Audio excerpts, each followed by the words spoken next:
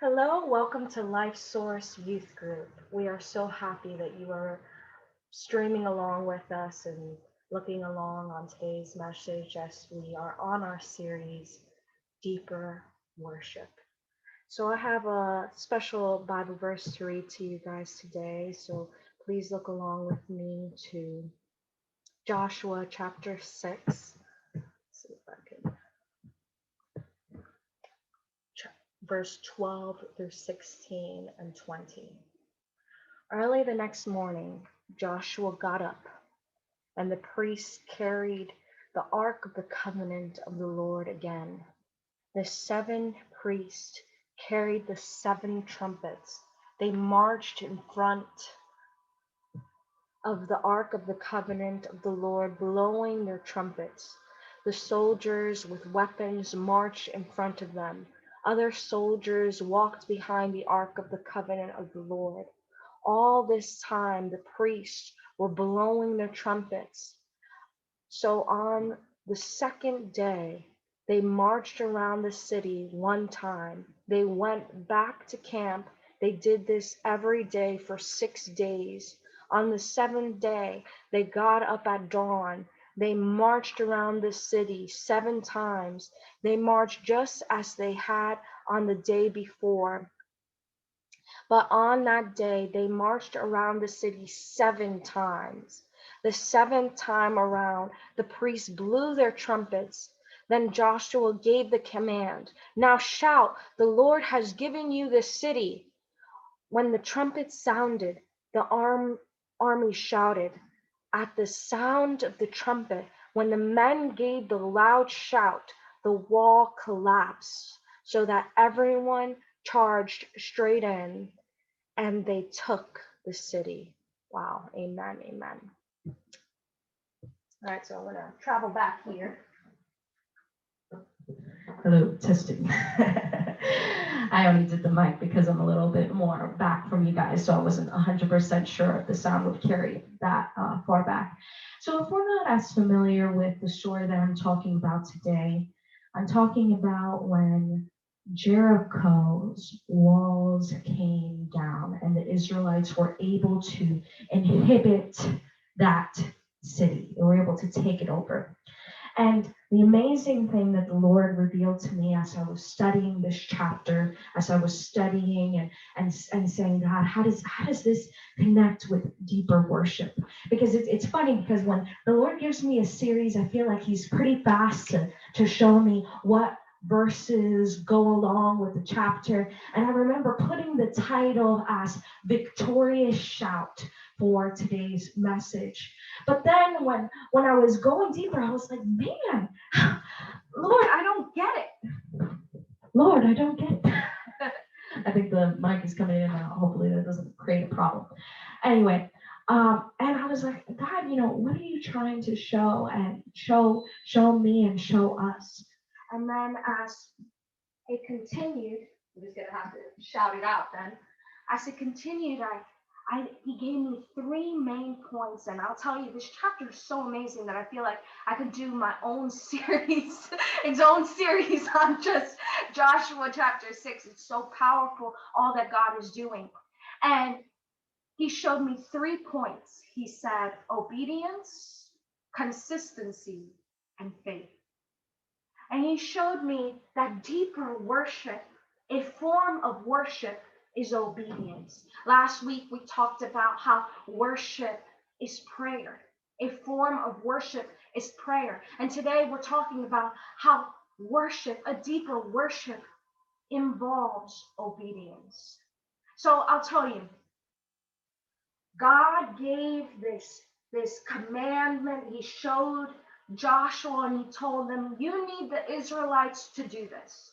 They need to walk around the walls of Jericho for 7 days. 7 days. I don't know how big this place was, but I am not going to walk around something for 7 days. So he said, for the first 6 days, I need you to just walk around it once. So it's like one time around, two, this is now the second day, now this is the third day, and they does this for 6 days just one time. And this is what Joshua was given by the Lord. And in obedience, he told the Israelites people, this is what we need to do as a group. And in obedience, the Israelites did exactly this. Okay? So for 6 days, just one time. But then on the seventh day, they had to go around this wall 7 times. 7 times around the exact same way. Some were holding the Ark of the Covenant, which I don't know how heavy it was, but still, and some were holding trumpets, and, it was a whole ordeal. But they were obedient. They were obedient in this. But then they were also consistent. And you see, being consistent, growing deeper in our worship as we try to be consistent isn't easy. It's not an easy task. And this is what I have to show you. Day 1, day 2, day 3, and then day 7. And I'll tell you, if it was me, so praise the Lord, God hasn't had me to do something like this. But if it was me on day 2, I'd be like, okay, I think God just wanted us to know if we're willing to do this. But he's going to stop this whole charade now on day 2 or day 3. On day 4, I would definitely be like, I don't know if I want to do this again. I am not ready for day 7, or I'm going to have to do this 7 times. But they were consistent. They saw no change whatsoever in the circumstance. The wall was still there. The enemy was still inside, with no difference whatsoever. Yet they stayed consistent. They stayed consistent in their worship, since we're learning that worship includes obedience. So they were consistent in their obedience unto the Lord, though there was no change in their circumstance. See, I don't know how long you've hoped that God would do something in your life. I don't know how long you've hoped that maybe your great aunt or your great uncle or your cousin long removed would come to the Lord. I don't know how long you've prayed that consistently and presented it to him in prayer, into worship, into prayer, for him to change that. I don't know how long you've hoped that mom or dad are more in love with each other than what you feel like you see, or how long you wish that your family's financial situation might change so that you could be more comfortable living your life. I don't know how long you've hoped that something would shift as you're worshiping him, as you're worshiping God, as you're presenting those needs in prayer like we had learned last week. But that in obedience, as you continue and you continue and you continue in consistency, but yet nothing is changing. The amazing thing that the Lord revealed to me in this chapter comes to our last point, the faith. In some versions, it says for them to give a victorious shout. But the great and amazing thing, which we saw clearly in verse 20, is that they had to give the victorious shout, and then the walls came down. And that's something that I think sometimes we miss. That sometimes the victorious praise has to come first. That the movement first happens, that the Lord starts moving first when the faith is exhibited. So when we're presenting our deeper worship, and as we present those needs on our knees, as we pray for our families, like what we learned last week, praying and presenting those requests, are we presenting it in a victorious shout? As we learn that worship incorporates faith. We wouldn't worship somebody we didn't believe in, I would think, right? We would think that if we're praying unto him, if we're worshiping unto him, that we believe in what he can do. That we believe that our worship does something, is moving something that we don't see, maybe with our physical eyes, not physically seeing the wall come down like the Israelite people were doing for 6 days in hope that maybe today God will do it. Maybe today God will do it. But they still said, okay, he said 7 days of this 7 days. And until the victorious shout was spoken, then the walls came down. It's amazing because I never realized this about this story. I always thought to myself that they got all victorious because the walls came down. And then they were praising God and shouting, oh, yes, it came down. But they did that before it took place. So, my first question to you is, can you be consistent in your worship to Him? Consistent, though the circumstance isn't changing. Consistent, though your prayers are the same every day, and yet nothing is changing. Consistent in that deeper worship. That deeper worship. The kind of worship that stays consistent despite the circumstance. Stays consistent when God answers my prayers in my worship time with Him, and stays consistent with Him when my prayers aren't answered and they keep going up to Him, but staying consistent. My second question to you is, can you give a victorious shout?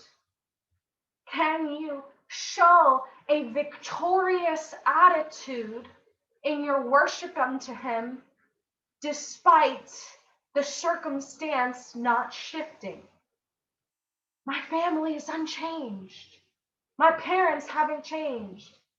My grades in school haven't shifted. Nothing has changed. I'm still just as bad as math as I've always been. I'm just as bad as gym class. I don't know what your prayers are, but God knows them. And if you're saying to yourself, man, Miss Elizabeth talked about deeper worship last week, going deeper in prayer. So I've been this whole week going deeper in prayer. But nothing that I prayed for is coming true. Nothing that I've, said is coming true. Nothing that I'm asking God for constantly in my deeper worship unto Him is happening. Are you going to stay consistent?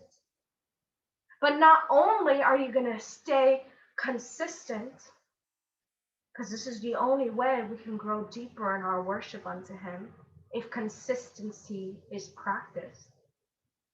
But are you also going to have the victorious attitude that the war is already won, that the battle has already happened, that the promise has already come, even if the circumstance hasn't changed, even if the wall is completely up? Will you be able to still have the victorious attitude?